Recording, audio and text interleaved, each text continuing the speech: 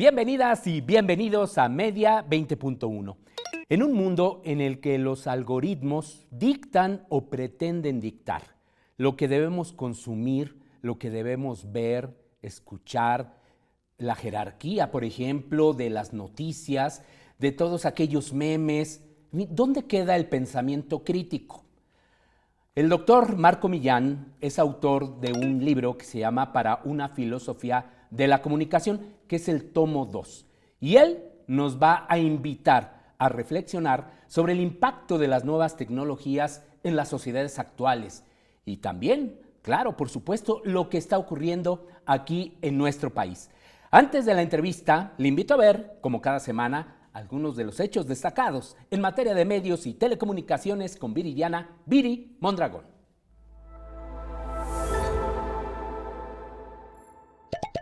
La presidenta Claudia Sheinbaum Pardo informó que la iniciativa de ley de telecomunicaciones ha tenido diversas modificaciones, entre las cuales están el apoyo a las radios comunitarias para que puedan comercializar parte de su programación con anuncios locales.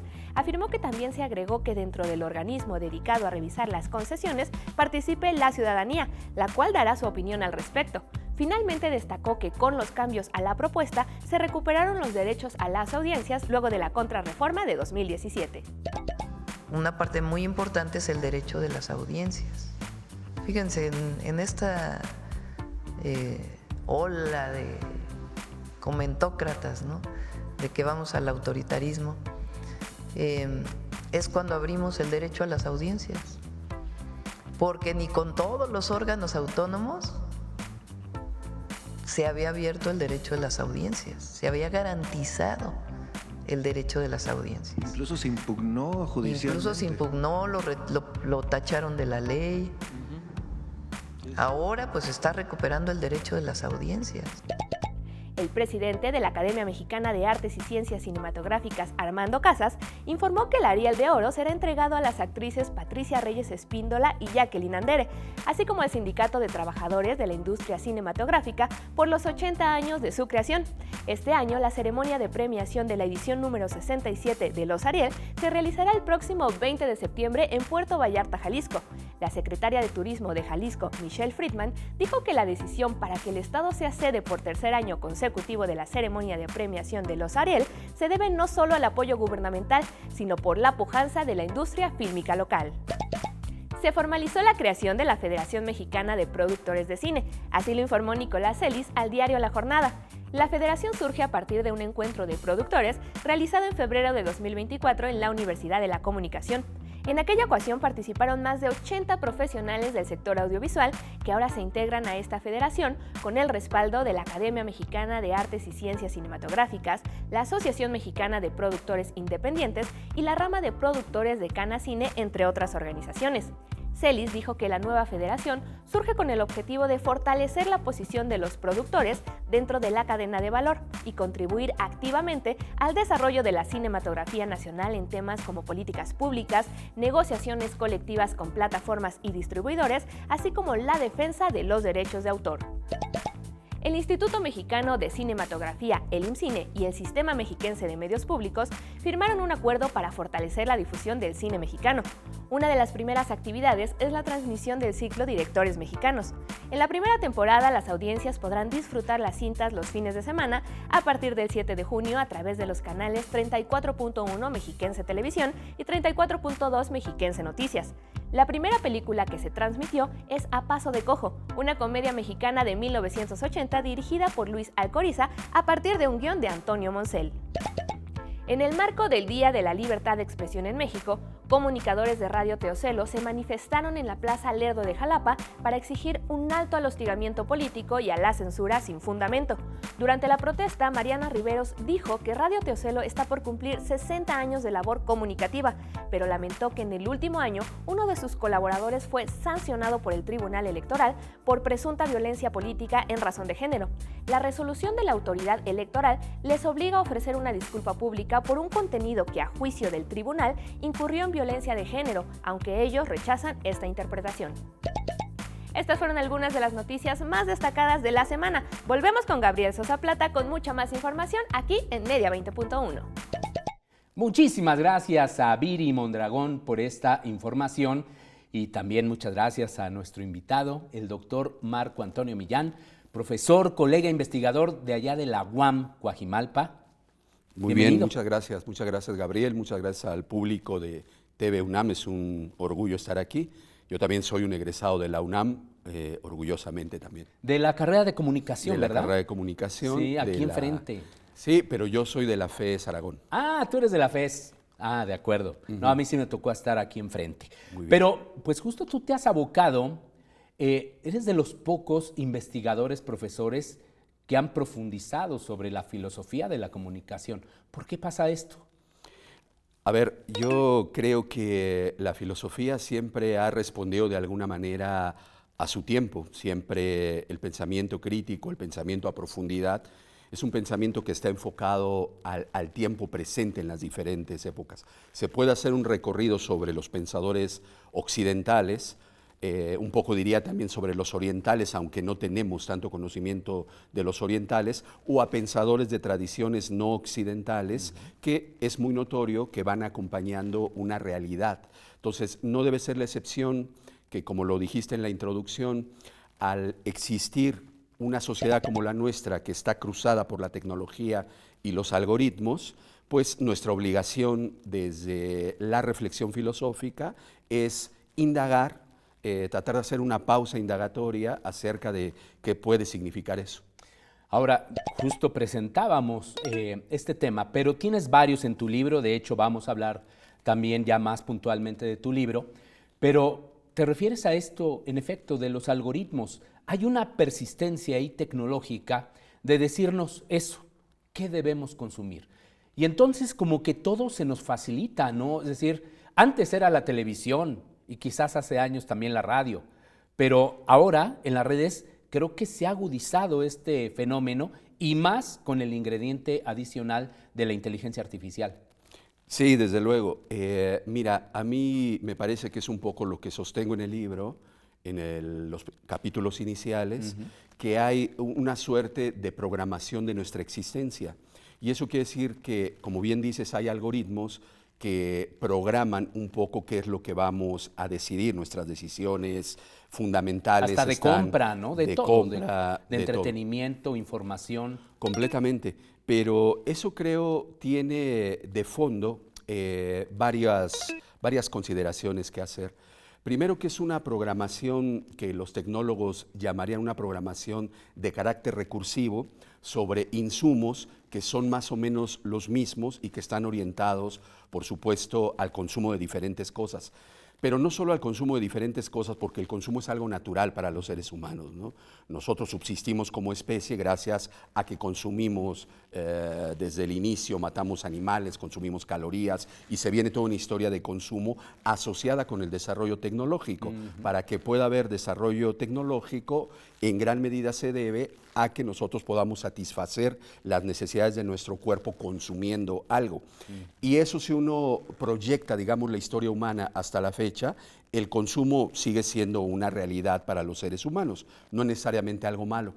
El problema es que los algoritmos actuales sí programan de alguna manera nuestra existencia de manera recursiva sobre algo que es, lo recursivo es reiterativo. Y entonces tú haces una búsqueda y no solamente hay gente que paga para que encuentres lo que hay que encontrar en tu búsqueda, sino también, y eso se puede ver en la inteligencia artificial, está el algoritmo hecho de una determinada manera que está alimentada por insumos que son más o menos convencionales a una cultura occidental en primer lugar y a una cultura de consumo. Cuando digo cultura occidental, algo que probablemente no se ha reflexionado mucho es qué significaría un desarrollo tecnológico que no estuviera considerado dentro de una lógica de desarrollo occidental unidireccional, porque nosotros, dentro de la mentalidad occidental heredada por la historia, pensamos que la ciencia y la tecnología es única, es unidireccional y es universal, y que por lo tanto no hay más que un relato que seguir de la tecnología o de la ciencia, el que ya nos han contado o el que ya sabemos o el que está predeterminado incluso en programas científicos. Pero, ¿qué pasa si nosotros eso lo pensamos más bien, como dicen algunos autores que yo recojo en el libro, como una cosmotécnica? Es decir, ¿cómo podría apropiarse nuevos algoritmos de una cosmovisión distinta a la occidental para que la programación recursiva del occidental no funcionara de manera dominante. ¿Y eso es posible? Técnicamente es posible. Pero no se hace, es decir, quizá esto que estamos viendo que está haciendo China, que es desarrollar incluso hasta su propia inteligencia artificial, de que se ha convertido económicamente en un país muy fuerte, pareciera que sigue los estándares occidentales a los cuales te has referido. Bueno, eso tiene una razón que me voy a permitir comentar muy rápidamente.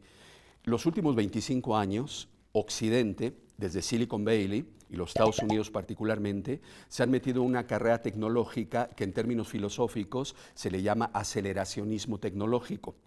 El aceleracionismo tecnológico se caracteriza por funcionar con base en monopolios, a pesar de que haya leyes antimonopólicas en Estados Unidos. Pero, ¿cuál podría ser la competencia de Amazon o de Facebook? Prácticamente ninguna, lo demás son réplicas.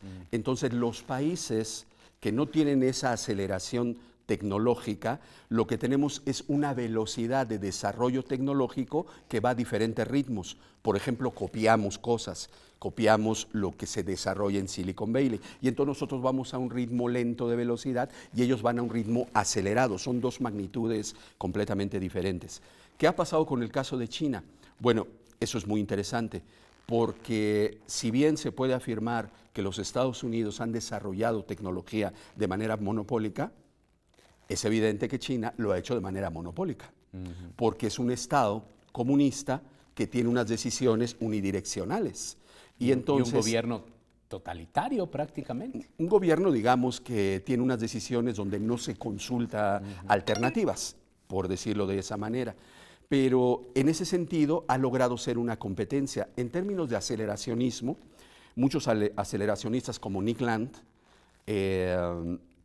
como Peter Thiel, que han sido asesores de Donald Trump, han tenido claro que solo puede haber un desarrollo tecnológico acelerando monopólicamente la tecnología y los implementos tecnológicos.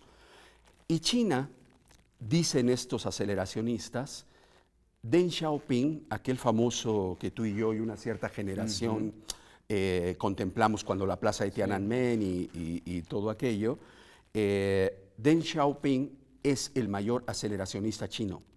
Es decir, fue el que propuso un desarrollo de la tecnología en China que se aceleró y que alcanzó y a veces rebasó a los Estados Unidos. Pero ahí lo curioso es que un país abiertamente capitalista y uno abiertamente comunista tienen similitud en el sentido de un desarrollo monopólico de tecnología. Y entonces están a la cabeza del desarrollo tecnológico. Hoy estamos atrapados entonces bajo una misma visión, los que somos consumidores, ¿no? O los usuarios de estas tecnologías. Sí, pero precisamente tu pregunta se derivaba de si es posible plantear una tecnología con una cosmotécnica diferente. Claro. Entonces, ¿y tú dijiste que sí? Sí, hay autores como Yu Hui, que es un autor nacido en Hong Kong y que enseña en Hong Kong, pero enseña también en Estados Unidos, y que su obra ha estado ya muy traducida a diferentes lenguas. Él ha desarrollado a partir de pensadores occidentales cómo podría llevarse a efecto una cosmotécnica china para el desarrollo tecnológico, para lo cual tiene que hacer un esfuerzo enorme por entender qué significa una cosmología china para alguien del siglo XXI. Porque leer o optar por un cosmos, por una cosmología no occidental, implica un reto de comprensión hermenéutica, discúlpame el término, pero es de comprensión hermenéutica con respecto a aquel pasado que nos comunica o no nos comunica algo. Porque nosotros cuando leemos el pasado lo leemos desde nuestros propios prejuicios. Si nuestros prejuicios son tecnológicos, ¿cómo podemos leer el pasado desde los prejuicios tecnológicos? Entonces vamos adquiriendo los rasgos de ese cosmos para tratar de hacer posible una cosmotécnica con una programación diferente desde una lectura de nuestro presente hacia ese pasado. Yo creo, si me permites decirlo, que eso también se puede hacer en México. Entonces, hay quien lo haga. Ya tenemos que hacer el corte, pero ahorita nos platicas mejor. Para claro, dejar aquí como se dice, en ascuas a nuestra audiencia y nos platique, pues sí, lo que se puede hacer en el mundo y por supuesto aquí en México sobre este impacto de la tecnología. Aquí lo esperamos.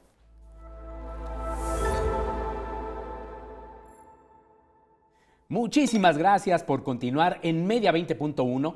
Estamos en una entrevista con Marco Millán, profesor e investigador de la Universidad Autónoma Metropolitana en la Unidad Coajimalpa, y quien nos viene a presentar este libro para una filosofía de la comunicación. Es el tomo 2. Ya hace tiempo lo tuvimos aquí a Marco para presentar su primer libro y pues es un tema que hay que darle seguimiento porque sobre todo este libro, como usted ya se habrá dado cuenta, pues se refiere al impacto que tiene la tecnología en la sociedad actual.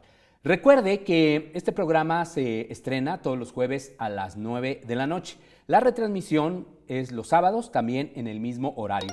Y en las cuentas que tiene TV UNAM en YouTube y en Facebook, ahí se hace también el estreno simultáneo desde el jueves. Así que no hay manera de perderse Media 20.1.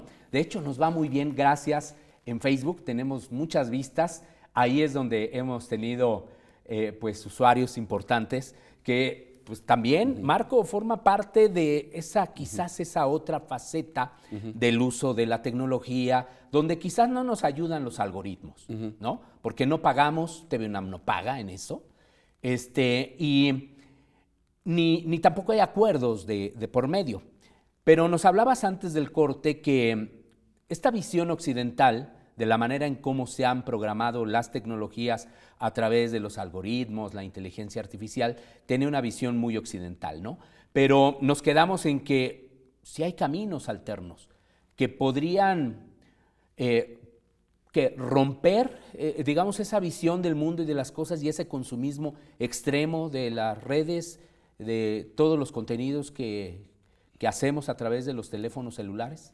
Sí, te decía que me parece que hay alternativas en el sentido de lo que podríamos llamar cosmotécnicas, es decir, de la incorporación de otras cosmologías a la visión de la tecnología para tener un desarrollo diferente. Evidentemente hay muchas cosas en contra porque estamos consumiendo un software que está de antemano programado para funcionar o hacer funcionar la sociedad como funciona. Pero yo creo además que la ventaja de poder pensar en cosmotécnicas alternativas radica también en que esas cosmotécnicas nos podrían poner en aviso sobre el deterioro a las capas geológicas de la Tierra. Es decir, al hecho de que nuestros dispositivos tecnológicos están construidos de una determinada materialidad mineral. Hay una larga historia en la historia de la minería que hace pensar cómo siempre ha habido una explotación, ha habido un saqueo de recursos para beneficiar a las grandes empresas, desde todos los recursos naturales, minería, oro, plata, petróleo, etcétera, hasta los nuevos recursos minerales para conformar artefactos que además se vuelven obsoletos, que difícilmente se reparan, etcétera, etcétera, todo lo que más o menos nosotros vivimos cotidianamente. Creo que eso se da en gran medida por la visión tecnológica que se tiene desde Occidente particularmente. En cambio, una cosmotécnica más respetuosa de la naturaleza, de la tierra, de los equilibrios de la madre tierra, podría orientar, perfilar una programación distinta y un desarrollo de software distinto. En eso radica también un poco la importancia. Ahora, para llegar a eso, pues se requiere debatir muchas cosas. Un poco en este segundo libro, en este segundo tomo de Para una filosofía de la comunicación, el hecho de llamarle Para una filosofía es más bien porque hay una serie de debates que antes de llegar a una propuesta como la que acabamos de esbozar ahora, hay que dar una serie de debates con respecto a la tecnología. Por ejemplo, las tecnologías piensan, la inteligencia artificial, hablar de inteligencia es lo mismo hablar de racionalidad, hablar de inteligencia, de racionalidad es lo mismo que hablar de emociones. Entonces yo, por ejemplo, en el libro recobro algunos debates importantes al respecto, ni siquiera nuevos, sino los pongo en evidencia porque eso ya ha sido debatido. Por ejemplo, hablo del experimento mental de la habitación china de John Searle, donde hace tiempo mostró en un experimento que una máquina no podría pensar a través de la habitación china. Llamaba a la habitación china, lo digo muy someramente, al hecho de que pones a una persona en una habitación, le das información por una ventanita, información de cómo funciona el chino, le das los ideogramas chinos y le das las reglas combinatorias para que haga frases chinas. Y luego, una vez que entiende las reglas de combinación, pues las saca por la otra ventana. Pero la persona no entiende chino, aunque pueda aplicar todas las reglas. Ajá, eso es más o menos lo que hace una computadora. Y el otro tema que toco allí, otros debates también viejos, de otro filósofo, que se llama Hilary Putnam, tiene un experimento mental llamado Cerebros en una cubeta. Fundamentalmente, Cerebros en una cubeta de lo que trata es de pensar qué pasaría si alguien, digamos con biotecnología, le extraemos el cerebro, lo ponemos en una cubeta y lo conectamos a una supercomputadora. Entonces la pregunta es, ¿sigue teniendo conciencia de sí? Lo cual habla de que el cerebro podría tener un papel protagónico en esa perspectiva, que por cierto no lo tiene. Que nosotros tenemos un sistema organizado no solo por el cerebro, sino por los demás, la complejidad de los sistemas de nuestro cuerpo. Pero hace pensar que, claro, la pregunta es, ¿se daría cuenta de que sigue siendo la persona o no se daría cuenta? Y ahí creo que la gran disyuntiva es que nosotros, al tener una corporalidad, estamos en un mundo, en un determinado mundo, donde hacemos significativamente familiares nuestros vínculos. Y alguien que no tenga un cuerpo no puede hacer significativamente familiar nada y por lo tanto no puede haber intencionalidad con sentido. De eso carece también un robot. Nos han engañado muchas de las películas sobre los implantes que incluso hacen de inteligencia en los seres humanos. Sí, bueno, es ciencia ficción. Ciencia ficción. Ahora, pero hay una realidad. Elon Musk dice que ya va muy avanzado para implantar inteligencia artificial en el cerebro. Sí. Lo que eso implicaría, pues, en cuanto a potencial, pues, no sé, de memoria, de lo que sea. Sí, hace un rato que hablábamos de aceleracionismo. También otra de las metas del aceleracionismo es hacer posible el transhumanismo, en el que las máquinas, la cibernética, se fusiona con los seres humanos. Esto de alguna manera ocurre con todos los que tenemos algún tipo de prótesis en el cuerpo, o sea, ya viene ocurriendo, incluso con los simples lentes. Pero en general eso se supone que aceleraría asuntos para convertirnos en algo diferente a la especie que somos. Por ejemplo, abatir enfermedades, la vejez, etcétera. Todo eso lo tienen en su horizonte para que el transhumanismo se convierta en una fase que le llaman poshumanismo, donde ya no vamos a ser exactamente máquinas ni seres humanos, quién sabe qué cosa, ¿no? Ahí la ciencia ficción, desde luego, Sí, va a hacer y ya está haciendo. Hace muchas producciones, cosas, sí. Claro. Exactamente, hace mucho al respecto. Pero bueno, te comentaba que para una filosofía es preparar terreno para debatir aspectos que tienen que ver con las tecnologías y con los efectos de las tecnologías. Por ejemplo, el tema de la posverdad, ¿no? Que algunos autores, más que posverdad, le llaman el tema de la posveracidad, porque la verdad está habitualmente asociada a un razonamiento que puede ser falso o verdadero, hablando así muy a grosso modo. Pero cuando hablamos de veracidad, estamos hablando de la posibilidad de que alguien no sea sincero con lo que está diciendo, es decir, que mienta. Y nosotros lo que vemos en el fenómeno de la posverdad es más bien asuntos de mentiras flagrantes, que pueden o no hacer daño, depende de qué se trate, pero que atentan contra la veracidad. Entonces, eso también es parte de lo que trato ahí en el libro, ¿no? También de si nosotros los seres humanos, la inteligencia humana, tiene que habérselas con inteligencias no humanas. Y lo que sostenemos allí es que la inteligencia artificial es un modo de una inteligencia no humana, pero con las que estamos habituados a tratar. Por ejemplo, cuando tratamos con nuestras mascotas, tratamos con inteligencias no humanas. Y la inteligencia artificial es una inteligencia no humana con la que estamos tratando. Y desde luego está también algo que tú conoces muy bien, que es todo el tema de la regulación de Internet y de las redes y de todo ello, ¿no? Y por lo tanto de la inteligencia artificial.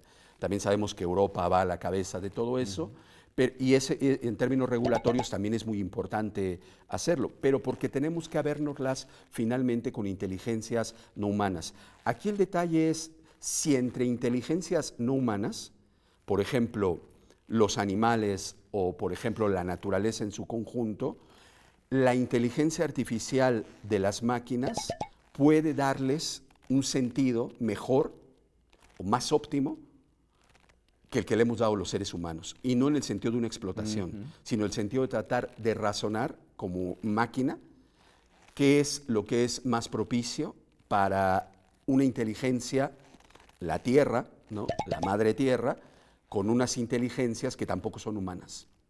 Y entonces hacer converger esas dos inteligencias, y ahí habría que ver cuál es el papel del futuro ser humano.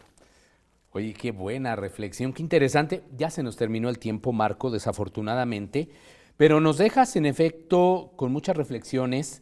Me puse los lentes justo para decirles que este libro usted lo puede bajar gratuitamente. De hecho, entra ya está muy fácil, ¿eh? De todas maneras, aquí en la postproducción va a aparecer la liga, pero usted le puede poner, por ejemplo, en Google, ¿no? Ya que estamos hablando de los dominantes, ¿no? Para una filosofía de la comunicación 2, PDF, y le aparece la liga. Y los capítulos son parte de lo que hemos hablado, de manera muy sintética aquí: cibernética y desocultamiento, escrutinio de tensiones, facticidad fallida, injusticia y nueva pobreza, tecnología y liberación, metaverso, apuntes para una crítica, en torno a la verdad y la posverdad, racionalidad, inteligencia y estupor colectivo, perspectivas acerca de la inteligencia artificial generativa. Pues bueno, es un libro maravilloso. Muchísimas felicidades y muchas gracias por acompañarnos para hablar de esta obra. No, muchas gracias, y gracias por la oportunidad de presentarlo a los televidentes de TV UNAM.